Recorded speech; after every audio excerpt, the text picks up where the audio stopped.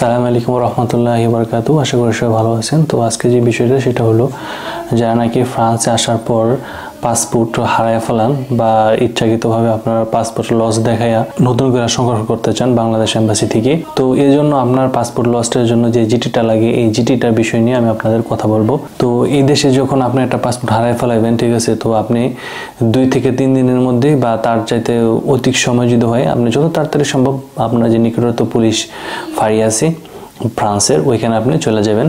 তবে অবশ্যই চেষ্টা করবেন আপনি যেই শহরে থাকেন ওই শহরের অ্যাড্রেস আপনার যদি সিজুর থাকে বা আপনার যদি অন্য কোনো ডকুমেন্টস থাকে, যেমন মনে করেন আপনার রিসিভিসি আছে, আপনার যেটা ডকুমেন্টসে যে অ্যাড্রেস আছে ওই অ্যাড্রেসটা যেখানে দেওয়া আছে আপনি কিন্তু পুলিশের যে ফাঁড়ি আছে ওই ফাঁড়িতে চলে যাবেন, পুলিশ ওই থানাতে চলে যাবেন। তো থানাতে যাওয়ার পর সর্বপ্রথম যখন যাবেন আপনি পুলিশ ফাঁড়িতে, তো যাওয়ার পর বলবেন যে আপনার পাসপোর্ট হারিয়ে গেছে, বলবেন যে পেরদম পাসপোর্ট।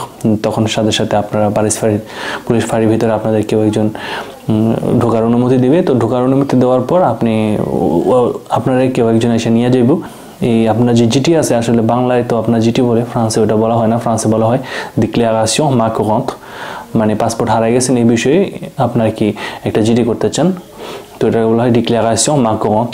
আপনি কিন্তু এখানে রিসিভিসি যদি আপনার ডেট নাও থাকে তাও কিন্তু আপনি ওখানে রিসিভিসি নিয়ে গেলে আপনার কোনো সমস্যা হইব না, আমি যতটুকু আশা করি। তবে আপনি অবশ্যই চেষ্টা করবেন আপনার একটা রিসিভিসি ভ্যালিড থাকা অবস্থায় ওইখানে যাওয়ার জন্য, বা আপনি ফিরা রি-এক্সামা করে তারপরে কিন্তু আপনি ওইখানে যাইতে পারেন। তো আমি মনে করি কাগজটা ভ্যালিড থাকাটাই উত্তম, কিন্তু আপনি ভ্যালিড না থাকলেও আপনি যেতে পারবেন। এখন সিচুয়েশন বোঝার পর যা হয়। আমি কিছুদিন আগে জনে গেছিলাম, তো অনেকে জিজ্ঞাসা করছেন যে ভাই এই বিষয়ে যদি বলতেন ভালো হইতো, এই জন্য আসলে ভিডিওটা বানানো।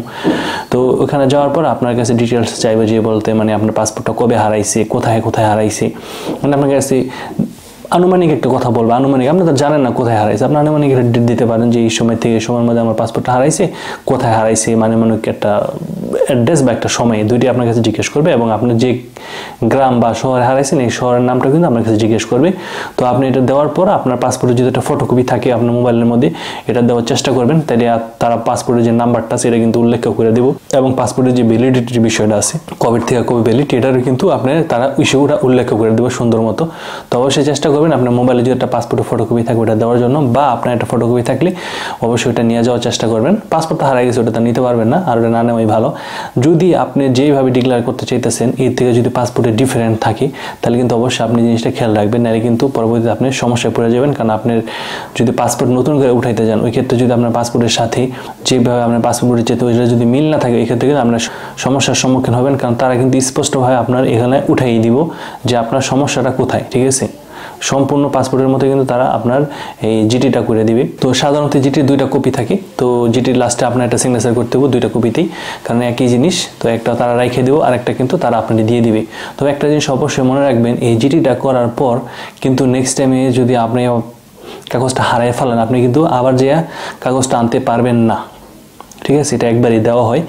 তো অবশ্যই আপনি এই জিনিসটা মাথায় রাখবেন যে আপনার জিটিটা পাওয়ার সাথে সাথে আপনি মোবাইলে ছবি উঠে রাখবেন বা 2টা কপি করে রাখলেন, এম্বাসিতে যখন দিতে হলো আপনি এটা যে এম্বাসিতে দিয়ে দিলেন। তো আমি যখন এটা করতে গেছিলাম তো তার থেকে একটা ফটোকপি আমি রেখে দিয়েছিলাম, মানে মোবাইলে ছবি উঠে ওটা আপনার আমি দেখাইতেছি সে দেখতে কিরকম হয়। অবশ্যই আমি তার যেই বায়োডাটা সেটা কিন্তু আমি ব্লার করে দিছি, তো আপনারা অবশ্যই দেখবেন যে কীভাবে কীরকম হয় আর কি।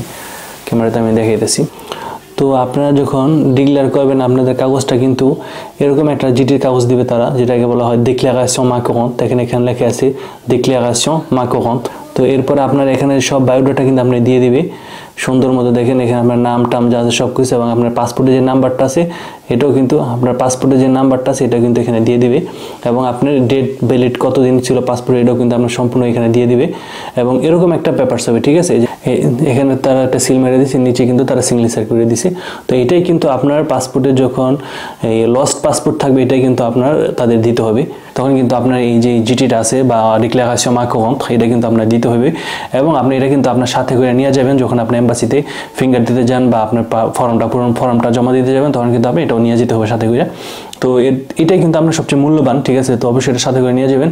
আর আমি বারবার বলতেছি এটা যাতে হারায় না যায়, এই জন্য অবশ্যই আপনারা আপনাদের কাছে এটা ওইভাবেই সংরক্ষণ করার চেষ্টা করবেন যাতে আপনি এটা পরবর্তীতে কোনো সমস্যাতে না পড়েন। তো আশা করি সবাই ভালো থাকবেন। যদি আপনাদের অন্য কোনো ইনফরমেশন প্রয়োজন হয় অবশ্যই আমাকে কমেন্ট বক্সে কমেন্ট করে জানাবেন। আমি অতি দ্রুত চেষ্টা করবো আপনাদের রিপ্লাই দেওয়ার জন্য। এখন তো রমজান মাস চলতেছে, তো খুবই মানে টায়ার্ড থাকি, এই জন্য অনেক সময় দেখা যায় অনেক মেইল দেখার পরও আসলে রিপ্লাই দিতে পারি না, কারণ অনেক ব্যস্ততার মধ্যে থাকা হয়তো এই জন্য। তো দেখা পাওয়ার অন্য কোনো ভিডিও নিয়ে আজকের মতো এখানে বিদায়। আল্লাহ হাফেজ।